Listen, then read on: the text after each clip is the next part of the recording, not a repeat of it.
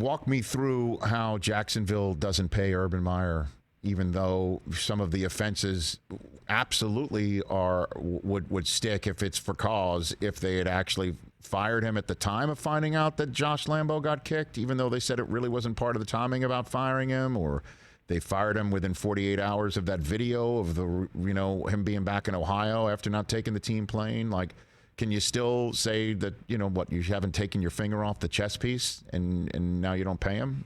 Is that possible?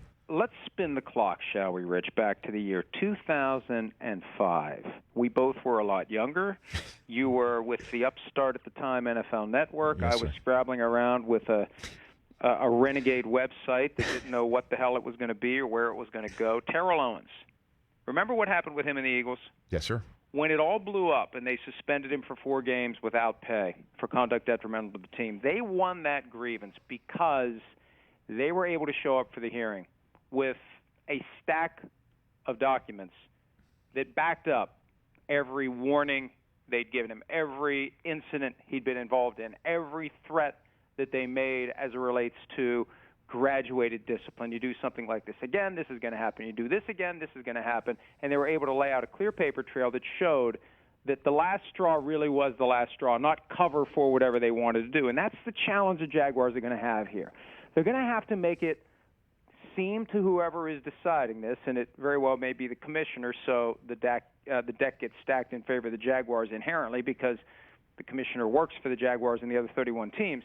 But you need to be able to show that you're not just pulling something out of the air and saying, oh yeah, it was because he kicked the kicker. That was why we fired him for cause. Because it's very easy to cross-examine whoever from the Jaguars on the point that they knew about it in August.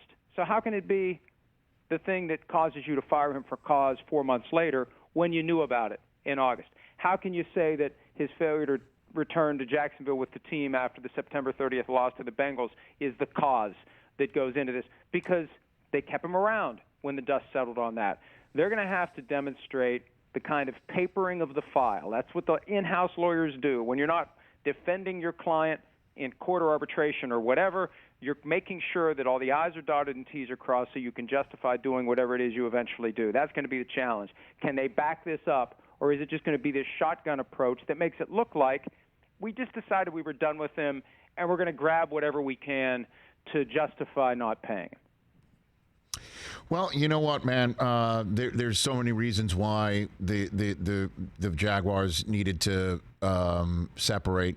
To me, it was the minute he didn't get on the plane. I've heard that over and over again. I'm wondering, in the scuttlebutt that you hear and talking to everybody, what they is it being termed the biggest flop in the history of NFL coaching, or there are some defenders that there was these injuries that and so on and so forth? What do you think? What's being discussed? The defenders, and the loudest one over the weekend was Jimmy Johnson, who has a friendship with Urban Meyer, and of course Jimmy Johnson is the anti-Urban Meyer because he came in straight out of college and he weathered the storm and he laid the foundation to have a strong team. But Johnson said yesterday on Fox's pregame show that Meyer didn't have his people. You know, when Jimmy came, he came straight from the University of Miami with all of his people. So he had all these other people, and he had quote-unquote backstabbers, which means that's what Urban Meyer is saying to Jimmy Johnson when they talk, that he was stabbed in the back. It's not anything he did. I mean, that's the one big takeaway from the interview that Meyer did with Ian Rappaport. For me, it's not about him.